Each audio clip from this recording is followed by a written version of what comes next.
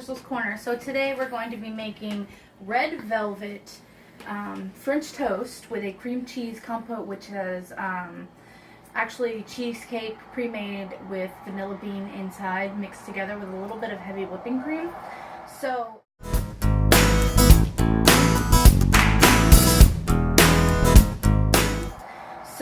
for the ingredients for what you're going to need for the mixture to make the red velvet French toast is you're going to need 4 eggs, you're going to need 1 cup of buttermilk, 2 tablespoons of sugar, 2 tablespoons of vanilla extract,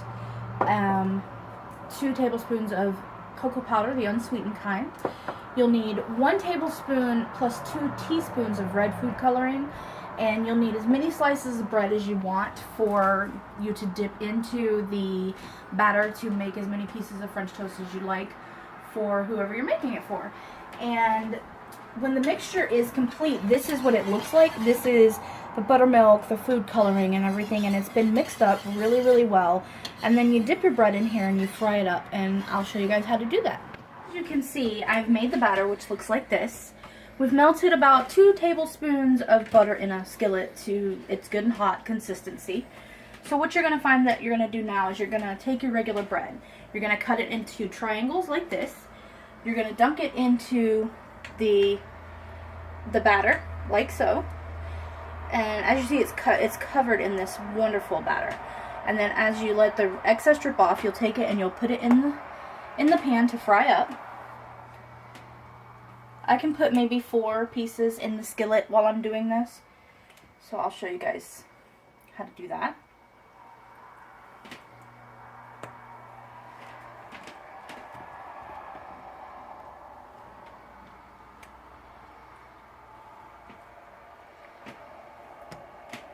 Okay, and while those are cooking,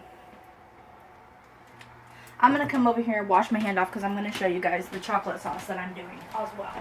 So, let me wash my hands real quick.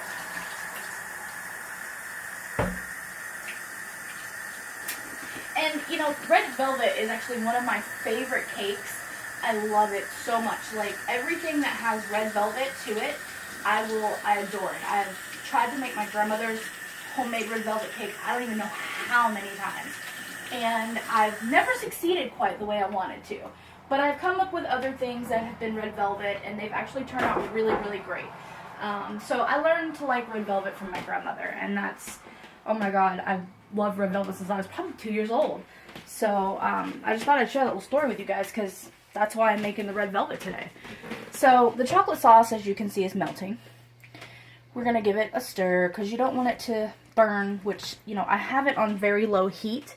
As you can see, you don't want it on extremely high heat because it will burn and scald the chocolate chips and the cream. But as this melts, you're going to get this really decadent, really luxurious stuff called a ganache. And it's so simple to just drizzle over the finished product once you get it put together. So as this comes to and gets fully melted, I'll pull it off top of this and let it cool a little bit because I don't want to put it extremely hot on top of the French toast. So I mean, it's a good component to have to sprinkle on top. So yeah, so that looks like it's getting to be just about done, so we're gonna let that continue to cook for just maybe another minute or 2, and then we'll pull it off the heat to continue cooling and finish, you know, melting itself as it goes. So I don't know that the first piece I put in there is done yet because I didn't have the heat completely up like I wanted it to. So I adjusted the heat. I usually have it on medium. I actually turned it down really low. I don't know why I did that, but I did. And so we'll give this a few minutes to actually cook.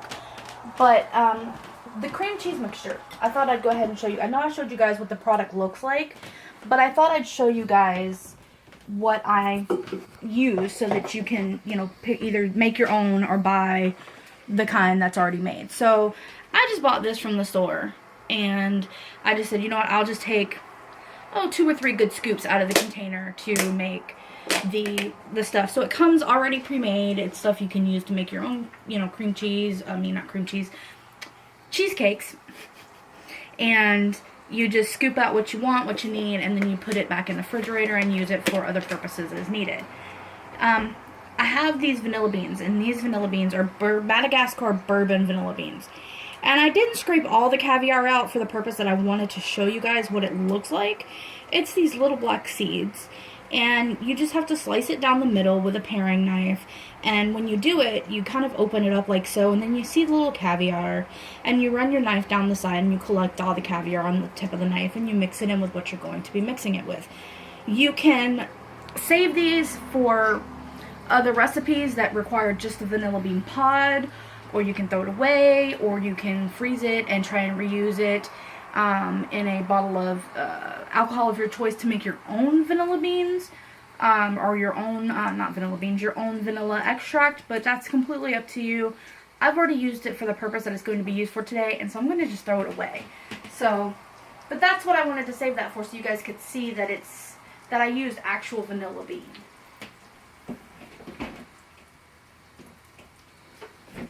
Alright, let's check on these French toast.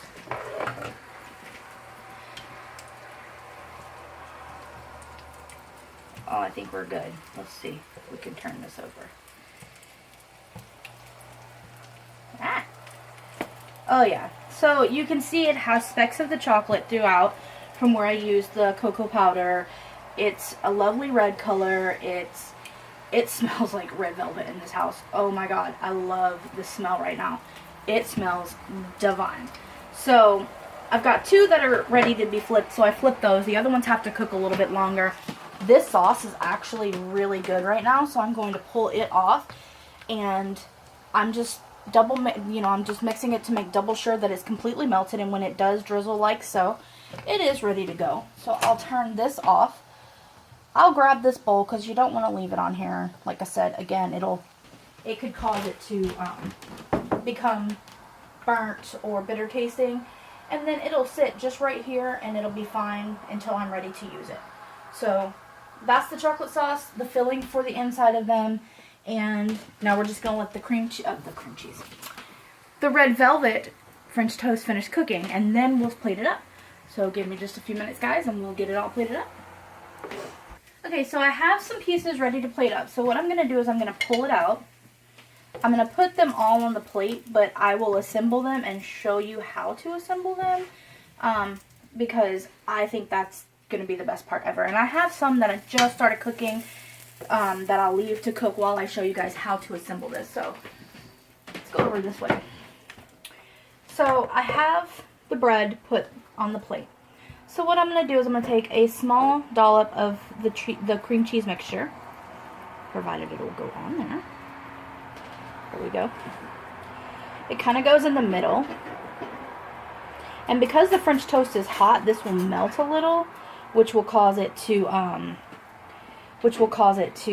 be really, really creamy. But I'm going to get a knife and kind of just scrape this off the spatula like this so I can get a little more inside on the inside of that. Because, oh my god, I love this stuff. And then I'll take another piece that's already here. I'll put it on top, like so. And then I'll do the same thing with the other two pieces.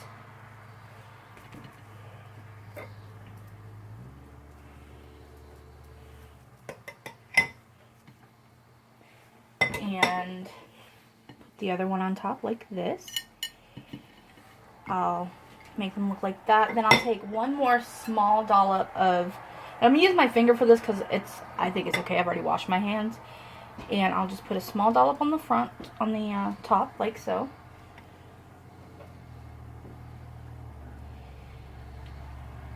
And then the ganache sauce that I showed you guys, it's still good. It's still warm. It's still going to be easy to drizzle. I'm just going to stir it up real good. I'm going to get a good amount on the spatula, like this. And then I'm just going to drizzle it, like so, over the top of each one. And this does not have to be perfect by any means. I don't expect perfection when it comes to things like this. As long as it's good and you enjoy what you've made, it's going to be good no matter how you look at it. So that's the recipe for today. This is the final product.